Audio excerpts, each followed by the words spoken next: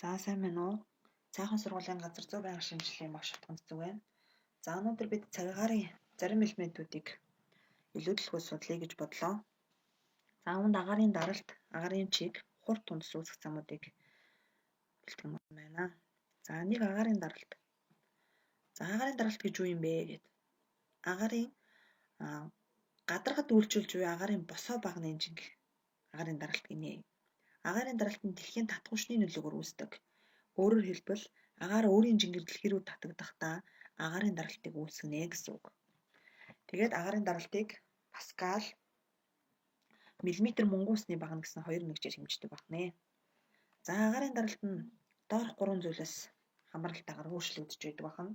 Үүнд агаарын өксөх уруудах хөдөлгөөн. За хоёрт нь газрын гадаргаас дээш 100 м тутам өксөхөд агаарын даралт 10 мм мөнгөн усны багнаар буурч байдаг.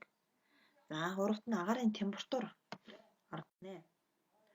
За энд багш нь агаарын даралт бага ба их байх үеийн цагагаар ямар байх вэ?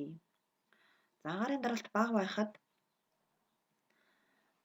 тэнгэр цагагаар ямар байх вэ гэхлээр за газрын гадаргаас мэдээж ууршилт явагдана. За ууршилт явагдаад агаар мандал дээр очисон очин хөрж за усны уур болон өтгөрөн үүл үүсгдэг. Ингээд хурд тундас болж доошоо газрын гадар руу буух нэ. За ингээд газрын гадар руу буухад агаарын их даралтын бүсийг үүсгэж байдаг. За тэгэхээр B зэг дээр бол агаарын даралт их, А зэг дээр бол агаарын даралт бага байна. За ингээд салхи бол даралт ихтэй бүсээс даралт багатай бүс рүү хэвтэй чиглэлд үлээдэг. Ийм онцлогтой.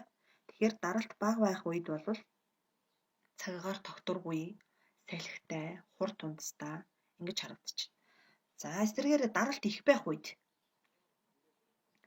агаарын даралт их байх үед тэнгэр цэлмэг, үүлгүй, усны ууршилт бага явагдах нэ.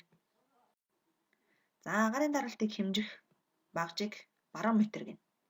За барометр нь хоёр зүйтэй. За эхнийх нь тод хар сумтай зүү бол яг одоо агаарын даралт ямар байхыг зааж өгдөг. За харин нарийн зүү нь бол өмнөх өдрийн үдийн 12 цагт агаарын даралт ямар байсныг зааж өгдөг байна.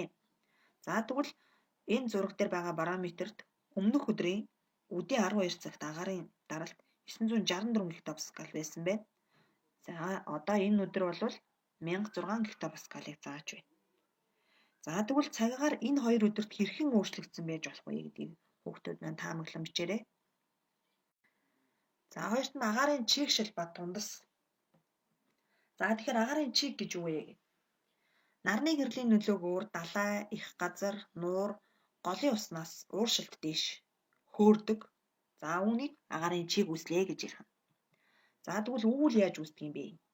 Нөгөө дээш хөөрсөн агаар маань агаар мандалд очиод хөрж усны уур нөтгөрөөд усан тусал мөсөн талстыг үүсгэдэг. За энэ бол биднэрт үүл болж харагддаг. За тэгвэл хурд тундас яаж үүсдэг вэ? Үүлнээс хүндийн хүч салхины нөлөөгөөр усан тусал мөсөн талст маань гадарга дээр бороо, цас, мөндөр болж бууж ирдэг. За үүнийг бид нэр хурд тундас гэж ойлгоно. За хурд тундас нь мөн газрын гадарга дээр бас үйлч болдог.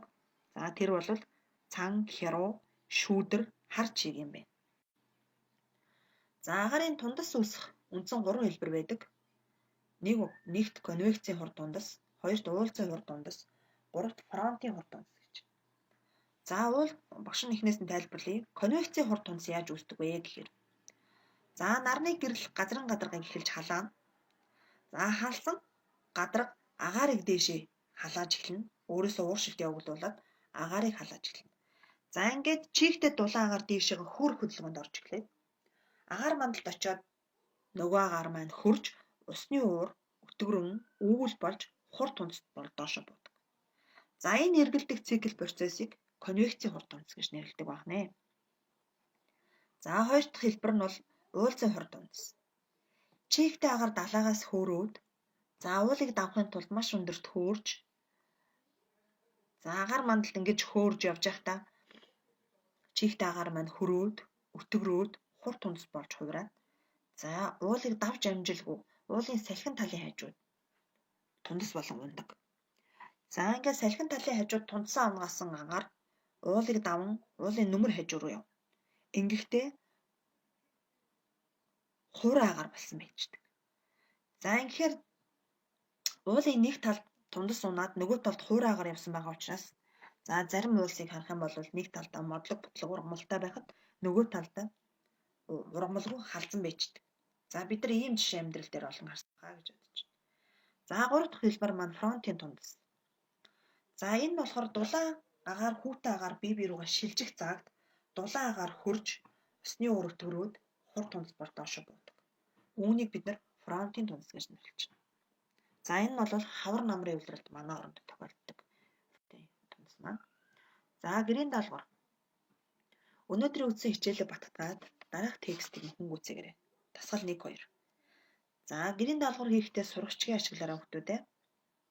За 3 дахь дасгал маань Намибийн цөл Апалачийн уулын алинд нь хур тундас их унах үе шалтгааныг тайлбарлаарай гэж. За тэгэхээр тундас үүсэх 3 хэлбэрийг багш сая тайлбарласан. За үүнийгээ бодож аваад мөн сурагчгийн 24-өөс 25 дахь удасны дэлхийн физик газар зүйн зургийг ажиглаад Намибийн цөл Апалачийн уулсын байрлалыг олж харж ажиглаж байгаад асуултанд хариулаарай. За ингээд хичээлээ үзэж судлан тэмдэглэл хөтөлж багшийнхаа Facebook чат руу зургийг дарж илгээгээрэй. Ойлгоогүй зүйлсээ мөн асуугаарай. За сурагчтай амжилт хүсье.